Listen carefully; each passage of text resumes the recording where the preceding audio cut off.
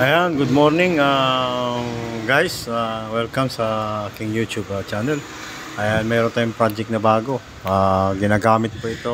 Gagawin ko po yung parang hook siya na para po sa stainless bar ito, para po sa gagamitin sa grills, sa bakod. Ayan.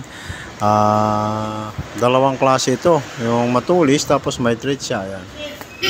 Ayan, dinidegree ko po yan. Ayan, sa torno. Ayan, minamasining po natin yan na nakadegree.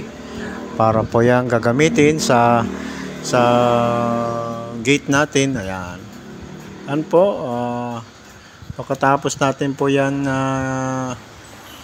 i-degree, yung kabila niyan ay may thread po yan. Threadan natin mamaya. At yan po ang mga sample ng aking mga trabaho. Yan, kung bago lang po kayo sa aking YouTube channel, i-subscribe niyo po. At i-like niyo po, iwan po kayo ng comments kung anong masasabi niyo sa aking mga trabaho. Yan po. Salamat po sa inyo lahat, sa mga nanonood. Paki-ring the bell po para sa lahat ng mga video ko na i-upload ko po ay mayroon po kayong notification. Ayan. Salamat po mga kapiriko. Thank you very much. Enjoy watching na lang po. Okay, thank you.